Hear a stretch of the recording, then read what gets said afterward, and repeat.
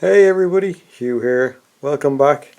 Here's a vid I did about 2 weeks ago, mid-July, showing the Potager in all its glory. A few bits that I would have missed out on, or maybe weren't quite ready, the likes of the blueberries coming in, the tomato mascotka, which I had removed and brought home, which were ripening and are delicious, and of course some of the black currants, and I think they're sunberries or tayberries, not quite loganberries, that I've been using to make jam, which has been delicious. But anyway, back to this. Enjoy. It's 10 minutes or more long, so it's a little bit longer than the usual video, just capturing the Potager in all its glory.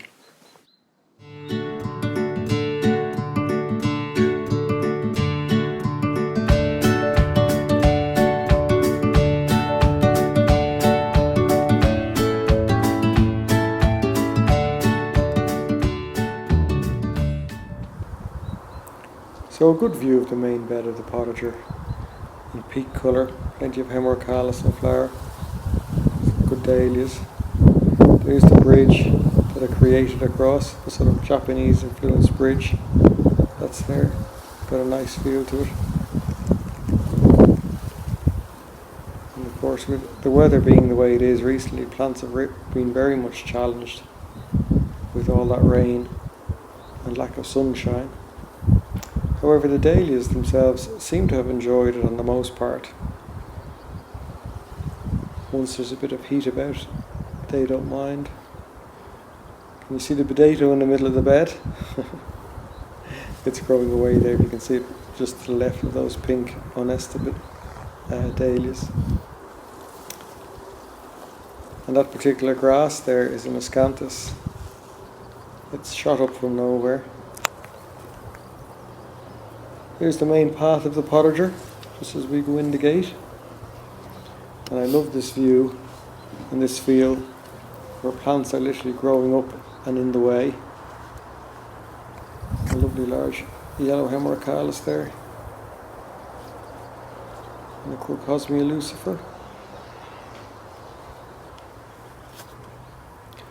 And on this side, there's that bridge again that I was talking about, and you can see the Hemoracalis was in the way when I was putting it in, so I had to build it around it. And there's my pond, my pot pond. Things looking very nice in there. And back to that main path. Look at those diorama, the angel's fishing rod, just to the left there, nodding away. And it's one of my beach bonsai trees in a pot. So plenty of lush growth.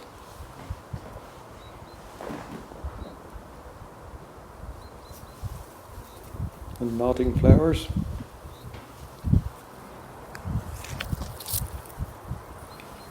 The apple tree was one that I was worried about during lockdown because I had literally only just planted it at the time.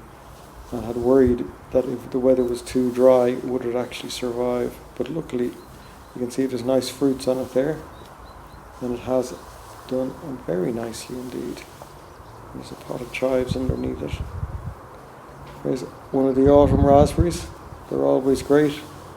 They put up lovely fresh shoots at this time of year, and then they produce the fruits from August onwards.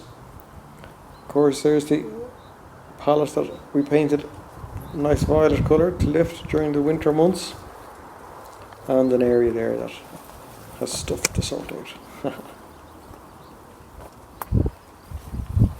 Here we have more Hemoracalis, and in the cold frame you can see I actually let the lettuce go to seed.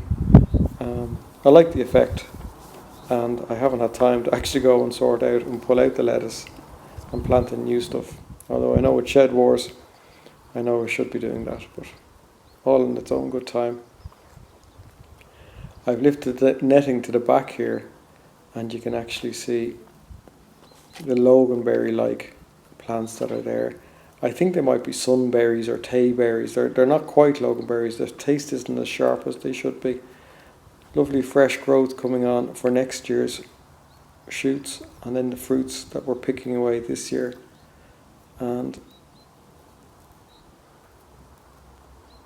really I've had a lot of fruit off it, and the netting over it just works a treat, keeping the birds away, because typically we lose a lot.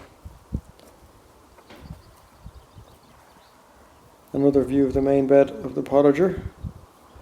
That's one of the chrysanthemums in full flower. And of course, doesn't mind the sort of slightly cooler wet weather we're having once there's some sort of staking in place to keep it upright. You can see the chicken wire behind because there's sweet pea growing up on that, although you can't quite see the flowers coming along yet. And those canes that you see there have pumpkin plants being trained up them. Forage for the bees, and of course the flowers can be used in salads as well, can't they? You'll often see them put into ice cubes as something different. There's that potato, or one of the potatoes in the flower bed I was talking about. And of course dahlias, you'll see plenty of them here. They're just great doers for colour and interest from this time of year onwards. That's another potato growing. And the dahlia honestas are looking superb there. They really are. Normally one of the first ones to flower, and I have 5 or 6 plants there planted en masse to give that effect. It's super. That spiky one is a Stelia, silver spear. And of course cosmos are essential for any cottage garden, aren't they? And they'll be coming into flower very soon. And there's one of the papaveras, one of the poppies.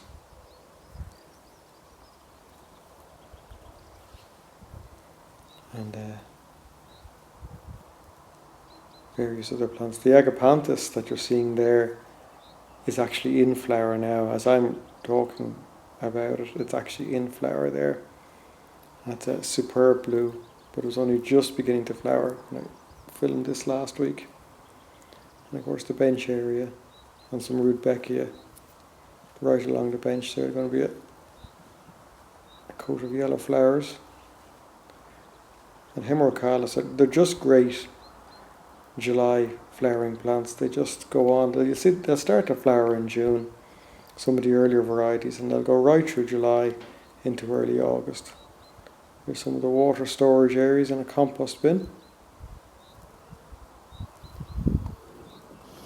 And then when we go into the glass house, you can see tomatoes. Lots of plants. They are some side shoots that I rooted, that I've put into some containers. And some sweet corn that I haven't managed to plant out just yet. Although getting around to it over these few days. Some African marigolds. Plenty of leaves on them. They were a find up near the compost area. And there's my token sunflower, which went to seed very quickly, or which bolted. So it's a tiny little thing, but it looks nice. More dahlias. And just behind it there you can see the pumpkin in the bin that I planted in the glass house, and there's quite a lot of mildew on it. So it'll be interesting to see whether I get much off it, to be honest, because mildew in an area like that grows very, very quickly. Flowers are superb though, absolutely superb. But I do worry about the mildew. So we'll watch that space. I have tried spraying mildew with milk and so on before, but it hasn't really worked for me.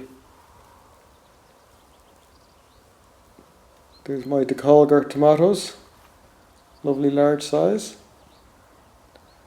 I've been top dressing and giving them a bit of feed just to get them going.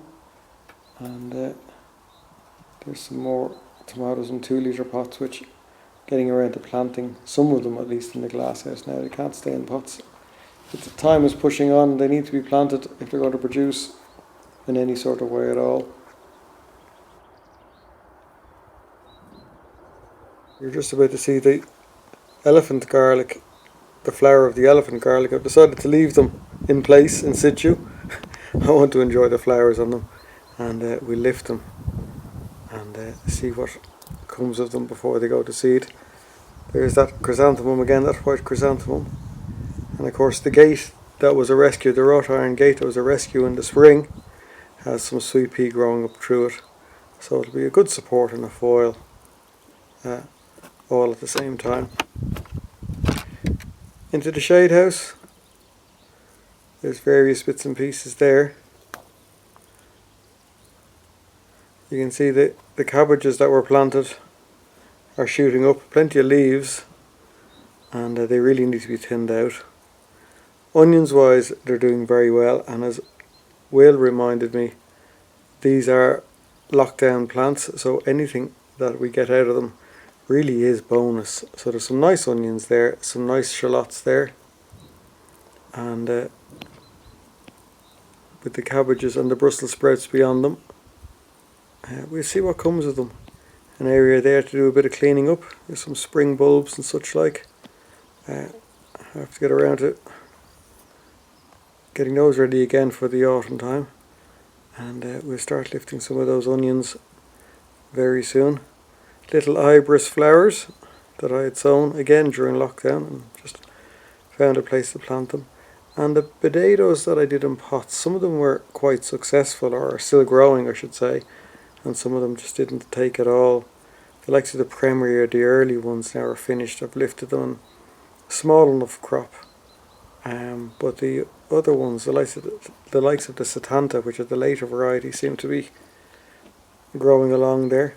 Anyway, some nice produce there.